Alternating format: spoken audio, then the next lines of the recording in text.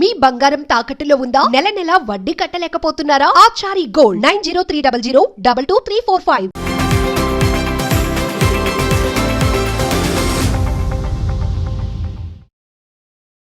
నమస్తే, welcome to Magna TV. నేను Aditya.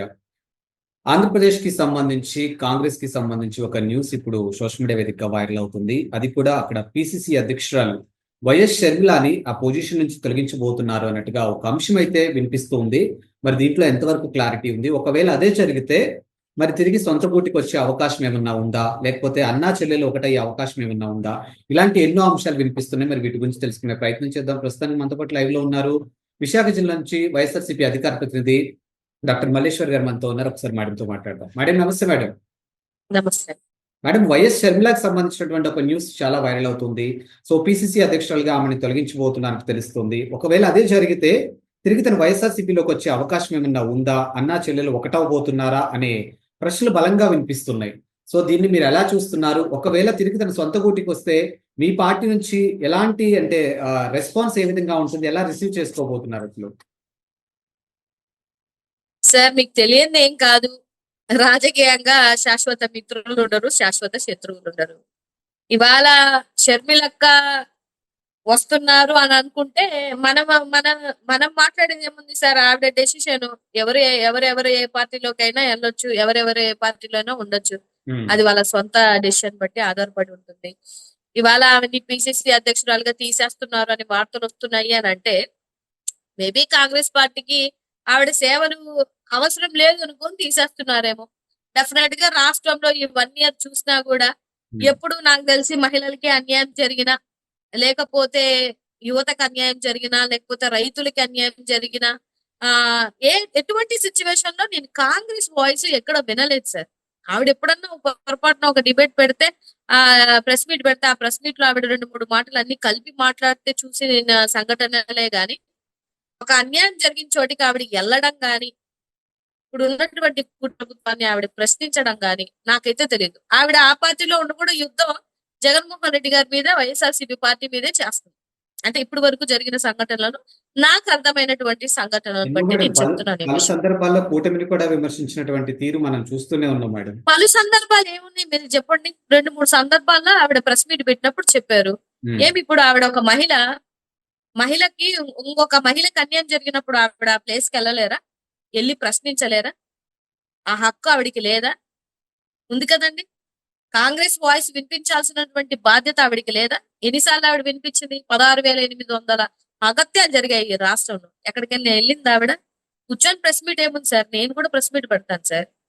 So నేను పెట్టడానికి ఆవిడ పెట్టడానికి చాలా తేడా ఉంటుంది కదా. మీకు ఒక ఉత్తమమైన పదవి ఇచ్చారు కాంగ్రెస్ వాళ్ళు, పిసిసి అధ్యక్షురాలు చేసినప్పుడు మీరు ఎవరి మీద ఫైట్ చేయాలా?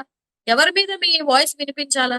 ఇప్పుడున్నటువంటి గవర్నమెంట్ ని మీరు ప్రశ్నించాలి. అది మానేసి ఇంకా జగన్మోహన్ రెడ్డి గారు అప్పుడు ఇలా చేశారు, ఇప్పుడు ఇలా చేశారు, ఇప్పుడు ఇలా మాట్లాడుతున్నారు అని ఆయన మీద నిందలేసుకొని కూర్చుంటే ఇదంతా కాంగ్రెస్ పెద్దలు చూస్తారు కదండి. చూసి ఆవిడ కాంగ్రెస్ కి న్యాయం చేస్తుందా లేదా అనుకొని వాళ్ళు డెసిషన్ తీసుకున్నారేమో అని నేను అనుకుంటున్నాను. అది ఎంతవరకు వాస్తవం మీరు అడుగుతుంటే నేను చెప్తున్నాను. బట్ ఒకవేళ అది నిజమైతే ఈ ప్రాసెస్ లో ఆలోచించి ఆమెను తీసేయాలనుకొని తీసేస్తుంటారేమో అని నేను అనుకుంటున్నాను. అండ్ ఇదే అంటే గతంలో వైఎస్ఆర్సీపీలో కీలక నేతగా, అంటే ఆల్మోస్ట్ టాప్ 2 పొజిషన్ కి వచ్చినటువంటి విజయసాయి రెడ్డి గారు కూడా రాజకీయాలకి దూరం అయ్యారు, వైఎస్ఆర్సీ పార్టీకి దూరం అయ్యారు. బట్ అనూహ్యంగా ఆయన కూడా ఇప్పుడు బీజేపీ కండువా కప్పుకోబోతున్నారు అనేది ఒకటి బలంగా వినిపిస్తుంది. మొదటి నుంచి వినిపిస్తుంది, ఈసారి ఎందుకు చాలా స్ట్రాంగ్ గా వినిపిస్తుంది. సో దీనిపై మీ కామెంట్ ఏంటి అసలు? ఏమో సార్, ఇప్పుడు ఆయన రాజీనామా చేసినప్పుడు ఏమన్నారు అని అంటే, నేను వ్యవసాయం చేసుకుంటాను అని అన్నటువంటి వ్యక్తి. ఇప్పుడు వ్యవసాయం కాకపోయి పార్టీలో జాయిన్ అవుతామన్నా కూడా మనం చేసేది ఏం లేదు కదండి. ఆయన పర్సనల్ డెసిషన్ అది. ఆ రోజుకి అది చెప్పాలనుకున్నారేమో అలా చెప్పారు. ఈ రోజు బీజేపీ వెళ్దాం అనుకుంటే వెళ్తారు. ఇప్పుడు పార్టీల నుంచి వెళ్ళిపోయిన తర్వాత ఈ పార్టీలోకి వెళ్ళకూడదు, ఈ పార్టీకి వెళ్ళకూడదు అని చెప్పడానికి మనకు హక్కు లేదు. లేకపోతే ఈ పార్టీలోనే మేము ఉండాలి అని స్ట్రెస్ చేసి మాట్లాడే రైట్ కూడా మనకు లేదు కదండి. ఎవరిష్టాలు వాళ్ళని. మేడం, ప్రధానంగా వైఎస్ఆర్సీపీ అధికారం కోల్పోయిన తర్వాత వైఎస్ఆర్సీపీలో ఉన్నటువంటి కీలక నేతలందరినీ కూడా జగన్మోహన్ రెడ్డి గారే బీజేపీలోకి పంపుతున్నారు అనే ఒక టాక్ కూడా వచ్చింది బయటికి. మరి జగన్మోహన్ రెడ్డి గారే బయటికి పంపిస్తానంటే మరి జగన్మోహన్ రెడ్డి గారి కోసం ఎందుకు సార్ మాట్లాడుతున్నారు ఆయన? ఆ ఉమ్, పార్టీ కోసం ఉన్నటువంటి లోపాలన్నీ ఎందుకు బయటపడుతున్నారు అని అంటారు. ఉన్న లోపాలో లేని లోపాలో మరి ఆయన చెప్తున్నారు కదా. మరి ఉమ్, మీరన్నట్టు ప్రకారం అయితే పాజిటివ్ గా మాట్లాడాలి కదా బయటికి వెళ్ళినా కూడా. ఆయన ఇవాళ మాట్లాడట్లేదు కదా. చాలా మంది పేర్లు చెప్తున్నారు. నేనేమంటున్నానంటే సార్, ఒక కుటుంబంలో ఆయన మంచిగా అంటే అలాంటి ఎంతో ఎక్స్పీరియన్స్ ఉన్నాయి. వాళ్ళు వీళ్ళందరూ వాళ్ళు కోసం మాట్లాడే అంత ఎక్స్పీరియన్స్ నాకు లేదు. బట్ నా పర్సనల్ గా మీరు అడిగారు కాబట్టి నేనేమంటున్నానంటే, వాళ్ళు ఎంతో సెట్టింగ్ నమ్మకంగా ఉన్నారు. బట్ ఏవో డిస్టర్బెన్సెస్ వచ్చినప్పుడు వాళ్ళు పర్సనల్ గా డెసిషన్స్ తీసుకొని బయటికి వెళ్ళిపోయిన తర్వాత కన్ఫర్మ్ అయ్యేదాకా మనం కూడా మాట్లాడకపోవడం బెటర్ అని నేను అనుకుంటాను. ఎందుకంటే ఇప్పుడు ఆయన బీజేపీ వెళ్తారా కాంగ్రెస్ లోకి వెళ్తారా అనేది కంప్లీట్లీ తన పర్సనల్ డెసిషన్. ఉమ్. కాకపోతే ఏంటంటే ఎంతవరకైనా కూడా ఎంతమంది వెళ్ళిపోయినా కూడా ఎంతమంది వచ్చినా సరే ఎటువంటి ఇబ్బంది జగన్మోహన్ రెడ్డి గారికి అయితే ఏం ఉండదు సార్. ఎందుకంటే అది ఆ సంస్థ అని నేను అనుకుంటాను. ఎంతో మంది నాయకులను నేర్చుకొని బయటికి ఎంతో మంది నాయకులు వచ్చి ఎక్స్పీరియన్స్ తో ఎదిగిన వాళ్ళు ఉన్నారు. ఒక ఉమ్. ఆటో డ్రైవర్ ని ఎంపిక చేసినటువంటి పరిస్థితులు ఉన్నాయి. ఒక వాళ్ళ జిల్లా అధ్యక్షురాల్ని ఎంపిక చేసినటువంటి పరిస్థితులు ఉన్నాయి. ఇలా చెప్పుకుంటూ పోతే చాలా సిచ్యువేషన్స్ లో జగన్మోహన్ రెడ్డి గారు ఆయన నమ్మిన బంటులుగా ఉంటే వాళ్ళని ఎక్కడికో తీసుకెళ్లి ఏ స్థాయిలో పెట్టినటువంటి వ్యక్తి జగన్మోహన్ రెడ్డి గారు. పలానా వ్యక్తి వెళ్ళిపోయారు, జగన్మోహన్ రెడ్డి గారు షాక్ అయిపోతారు. పార్టీకి షాక్ ఏం తగలదు సార్. ఎవరు వెళ్ళిపోయినా తగలదు, ఎవరు వచ్చినా తగలదు. ఎందుకంటే మరి 40% పార్టీలో ఆ లోటు అనేది ఉంటది కదా మేడం, ఓట్ షేరింగ్ ఖచ్చితంగా. ఉన్నటువంటి పార్టీలో ఖచ్చితంగా ఆ ఏం లోటు సార్ అనేది ఉంటది కదా. పార్టీలో ఒక లోటు అనేది కంపల్సరీ ఉంటది కదా. అప్పటి వరకు కీలక నేతలు లోట్ కొంతమంది అనేది పోతే. సార్ ఇప్పుడు డెఫినెట్ గా అలా కాదు సార్. ఇప్పుడు రాజశేఖర్ రెడ్డి గారు ఉన్నారు. రాజశేఖర్ రెడ్డి గారు లోటు ఎప్పటికీ ఉంటది. ఉమ్, కానీ జగన్మోహన్ రెడ్డి గారు వచ్చి ఫుల్ఫిల్ చేశారు కదా. ఉమ్, ఫుల్ఫిల్ చేశారు కదా. సో ఆ బాధ లేకుండా ఇప్పుడు పార్టీలకి అందరూ ఎవరు శాశ్వతం? బాలినేని గారు వెళ్ళిపోలేదా? ఆయన వెళ్ళిపోతారని అనుకున్నారు ఎవరన్నా? వెళ్ళిపోయారు. వెళ్ళిపోయిన తర్వాత అక్కడ వాళ్ళకి ఏమి ఇక్కడ ఉన్నప్పుడు వాళ్ళకు ఉన్నటువంటి విలువ అక్కడికి వెళ్ళిన తర్వాత ఆ విలువ ఏంటనేది వాళ్ళకి అర్థం అవుతుంటది బేసికల్ గా. ఓకే. వాళ్ళకి ఆ లోపం తెలుస్తా ఉంటది. జగన్మోహన్ రెడ్డి గారికి తెలియదండి. ఇప్పుడు ఉమ్, వెళ్ళిపోయిన వాళ్ళందరికీ ఇవాళ అక్కడ మనకు ఆ స్థాయిని ఏ స్థాయిని కల్పించారు. నెంబర్ 2 ప్లేస్ లో ఉన్నటువంటి వీళ్ళందరూ ఇప్పుడు వెళ్ళిపోయి అక్కడ ఎక్కడో ఏమంటారు వాళ్ళ మీటింగ్లలో పెడితే 3వ లైన్ లో 4వ లైన్ లో కూర్చుంటున్నటువంటి పరిస్థితులు కల్పించుకుంది మీరు. ఆ లోటు వీళ్ళకి తెలుస్తుంది. జగన్మోహన్ రెడ్డి గారికి ఎందుకు తెలుస్తుంది సార్? ఉమ్. దేనికి తెలుస్తుంది? డెఫినెట్ గా యువరక్తం వస్తుంది. అందరూ వస్తున్నారు. ఆపర్చునిటీస్ ఉన్నాయి. ఎంతో మంది తెలివైన వాళ్ళు ఉన్నారు. ఏమంటారు సమర్థవంతంగా మాట్లాడగలిగే కెపాసిటీ ఉన్న వాళ్ళు చాలా మంది ఉన్నారు. వాళ్ళకి ఆపర్చునిటీ ఇస్తారండి.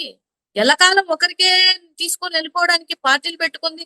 ఈయన పోతే ఈయన పోతే వీళ్ళ కొడుకు పోతే మేనల్లుడు కాదు కదా. కొత్త రక్తానికి యంగ్ జనరేషన్ కి ఆపర్చునిటీస్ ఎక్కువ ఇచ్చే పార్టీ ఏదైనా ఉందంటే అది వైఎస్ఆర్సీపీ పార్టీ. డెఫినెట్ గా పాత నీరు పోతే కొత్త నీరు వస్తా ఉంటది. అది సాంప్రదాయం. దాన్ని ఎవరు ఆపేదానికి కూడా ఏం లేదు. ఆలోచించాల్సినటువంటి నెసెసిటీ కూడా ఏం లేదు ఇక్కడ. ఈ విషయానికి మీరు అడుగుతున్నారు కాబట్టి బీజేపీ వెళ్ళిపోతారంటే వెళ్ళిపోతారు సార్. ఏముంది, ఆయన ఇష్టం, ఆయన పర్సనల్ డెసిషన్ అది. అక్కడికి వెళ్ళిన తర్వాత వాళ్ళు ఎంతవరకు సస్టైన్ అవ్వగలుగుతారు అని అనేది మనం వెయిట్ చేయాలి. దానికోసం మనం చూడాలి. ఎస్. మనం ఇంత ముందు మాట్లాడుకున్నట్టు ఆంధ్రప్రదేశ్ లో కూటమి అధికారంలోకి వచ్చి 1 ఇయర్ అవుతుంది. మరి ప్రజలు వాళ్ళని యాక్సెప్ట్ చేయలేకపోతున్నారు. ఇప్పటికీ కూడా వాళ్ళు అనుకున్న పథకాలు ప్రవేశపెట్టలేకపోతున్నారని మీరు మాట్లాడారు మేడం. మరి వైఎస్ఆర్ సిపిని ఆ మిస్సింగ్ ఫీలింగ్ ఎంతవరకు కనిపిస్తుంది ప్రజల్లో మీకు అసలు? సార్ ఆ మిస్సింగ్ ఫీలింగ్ అనేది ఇప్పుడు నేను చెప్తే ఇందాక మీరు అన్నట్టు మీరు వైఎస్ఆర్ సిపిలో ఉన్నారు కాబట్టి మేడం మీరు ఒక వైపే మాట్లాడతారు అని అనుకుంటారు. నేను నేను చాలా మంది ఒకవైపు వీడియోస్ మాట్లాడటం ప్రజల్లో ఎలా గ్రౌండ్ ఉందని రియాలిటీలోకి అడిగాను. వెళ్ళి అదే ప్రజల్లో అంటున్నాను మీకు సార్. ఎలా ఉందని గ్రౌండ్ అడిగాను. రియాలిటీలో వెళ్ళి గ్రౌండ్ రియాలిటీలోకి వెళ్ళి వీడియోస్ మాట్లాడుతున్న వీడియోస్ నేను చాలా చూసాను. ఈవెన్ నా సొంత మా గ్రామానికి వెళ్ళినప్పుడు కూడా అక్కడ ఉన్న చుట్టూ ఉన్న వాళ్ళని నేను అడుగుతాను, తెలుసుకుంటాను అసలు వీళ్ళ పరిస్థితి ఏంటి, వీళ్ళ ఆలోచన విధానం ఏంటి. ఆటో ఎక్కినా ఆటో వాళ్ళది ఒక బాధ ఉంటది, బస్సు ఎక్కినా బస్సు డ్రైవర్ది ఒక బాధ ఉంటది. మేము లేకపోతే పక్కన ఎక్కడన్నా కూర్చున్నా కూడా మనం ఎప్పుడైనా మేడం మీరు మళ్ళీ ఛానల్స్ చూసాం అక్కడ చూసాం అని చెప్పేసి వాళ్ళ బాధలు చెప్పడం స్టార్ట్ చేస్తాం. ఎందుకంటే మేము దగ్గరుండి ఆయన పథకాలు ఇచ్చి ఆయన్ని వదులుకున్నాము. ఇవాళ 1 ఇయర్ అయినా కూడా మాకు ఎట్లాంటి పరిస్థితులు ఉన్నాయన్న బాధ అందరికీ ఉందండి. వాళ్ళకి లేకుండా ఏముండదు. సార్ నేనైతే ఒకటి చెప్తాను, జగన్మోహన్ రెడ్డి గారు చేసినటువంటి సంక్షేమాన్ని వాళ్ళ మనసులో నుంచి తీయడము ఈ కూటమి ప్రభుత్వం ఇంకొక 10 ఏళ్ళు వచ్చినా లేకపోతే వస్తామని ఆశపడ్డా వీళ్ళ వల్ల అవ్వలేనటువంటి పరిస్థితి సార్. 1 ఇయర్ అయిపోయింది, ఏం చేయగలిగారు? ఇప్పుడు తల్లికి వందనం ఇస్తే మార్చ్ అన్నారు పోయింది, ఏప్రిల్ అన్నారు పోయింది, మే అన్నారు పోయింది, రేపు జూన్ అంటున్నారు.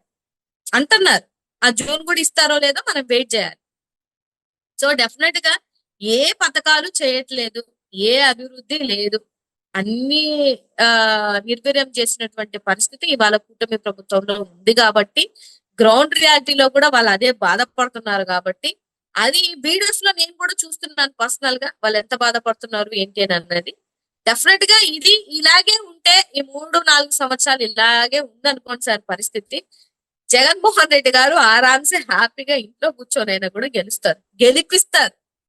వాళ్ళకి నాయకుడు కావాలి, ఈ ప్రజల్ని పరిపాలించడానికి నాయకుడు, నిజమైన నాయకుడు కావాలి. మీరు అబ్జర్వ్ చేస్తే ప్రజలు మోసం చేసినటువంటి సీఎం గా జగన్మోహన్ రెడ్డి గారు ఉన్నారేమో గాని ప్రజల్ని మోసం చేసినటువంటి సీఎం గా జగన్మోహన్ రెడ్డి గారు లేరు. మీరు ఆ మాట మీరు మళ్ళీ చెప్తున్నాను నేను. ఆ మాట, అయ్యో జగన్మోహన్ రెడ్డి గారు ప్రజల్ని మోసం చేశాడు, ఆయన ఇచ్చినటువంటి మేనిఫెస్టోలో 99.5% చేసినటువంటి ఏకైక సీఎం ఎవరు అని అంటే జగన్మోహన్ రెడ్డి గారు. అలాంటి వ్యక్తిని ఎందుకు వదులుకున్న బాధ ఎవరికైనా ఉంటుంది సార్. ఇప్పుడు బిలో పావర్టీ లైన్ లో ఉన్న వాళ్ళందరికీ అదే బాధ. ఇప్పుడు మీకంటే పథకాలు రావు, నాకు పథకాలు రావు. సో ఈ పథకాలు వచ్చే వాళ్ళందరికీ వాళ్ళ పరిస్థితులు ఏంటి? చక్కనైనటువంటి విద్య లేదు, చక్కనైనటువంటి మంచి ఫుడ్ కూడా పిల్లలకి పెట్టట్లేదు, లేకపోతే యువతకి ఏమీ ఆధారం లేదు, యువతకి భవిష్యత్తే లేదు. ఇలాంటి అన్ని చూసుకొని పోతుంటే ఏ విషయంలోనూ కూడా వాళ్ళు ఇబ్బంది పడుతున్నారన్న విషయం సంఘటన బాగా తెలుస్తుంది. కాబట్టి డెఫినెట్ గా రాబో రోజులలో ఈ 1 ఇయర్ వాళ్ళ మనస్సాక్షులను అడిగి వాళ్ళని ఒక శ్వేతపత్రం రిలీజ్ చేయమనండి, వాళ్ళు ఏం చేశారు అన్నాడు. అప్పుడు గ్రౌండ్ రియాలిటీలో కూడా ఏం జరుగుతుందో కూడా రీచెక్ చేసుకుంటే వాళ్ళ కూటమి ప్రభుత్వంలో ఉన్నటువంటి ఎమ్మెల్యేలకి ఎంపీలకి అర్థమైపోయింది సార్ ఇక్కడ పరిస్థితి ఎంత దారుణంగా ఉంది అని చెప్పేసి. సో డెఫినెట్ గా రాబో రోజుల్లో జనాలకి మంచి రోజులు వస్తాయి, అది వీళ్ళు గుర్తుపెట్టుకుంటారని నేనైతే అనుకుంటున్నాను sir. Thank you ma'am. Thank you.